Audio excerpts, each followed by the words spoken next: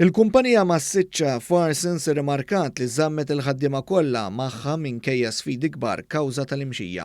Il-kap eżekuttiv ta' Farsons Group Norman Akolina ċaħad bil-qawwa rapporti li kien hemm xi sensi u insista li l-ebda ħaddiem ma tilef ħobżu minħabba il-pandemija.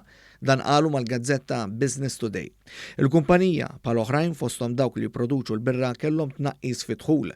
F'pajjiżna n-nuqqas ta' avvenimenti u l-festi tradizzjonali fis-sajf minħabba l-imxija kienu fatturi li waslu għal dan, iżda il-grupp ta' Farsons stabbilit tal snin twal f'pajjiżna baqa' reżiljenti u żamm il-ħaddiema kollha.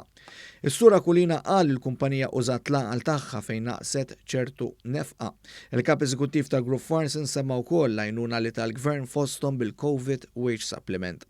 Is-Sur Akolina qal li b'din il-miżura ġie assigurat li l-ebda persuna ma tkeċċiet mimma Farsons. Aktar qabel, kumpanija Maltija Siemens Farsons Ċisk qalet li l-miżuri tal-gvern brabta mal-pandemija u anke parti mill-pjan ta' riġenerazzjoni ekonomika li kien ħabbar il-Prim Ministru Robert Abela f'Ġunju kienu ta' għajnuna kbira għaliha. Dan fi sfond li l-kumpanija għamlet liħnet ta' €1,600,000 fl-ewwel 7 xhur ta' din is-sena. Il-kumpanija kienet innotat kif l-impjegati tagħha gawdew mill-miżura ta' għajnuna tal-gvern fi ħlas tal-pagi tal-ħaddiema.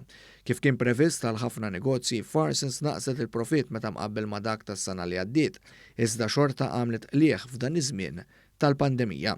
Farsons issa xorta għadha kawta imma qed tħares lejn il-ġejjieni bl-istess attitudni li tkun viġilanti u tassigura l-vijabilità finanzjarja tal-kumpanija.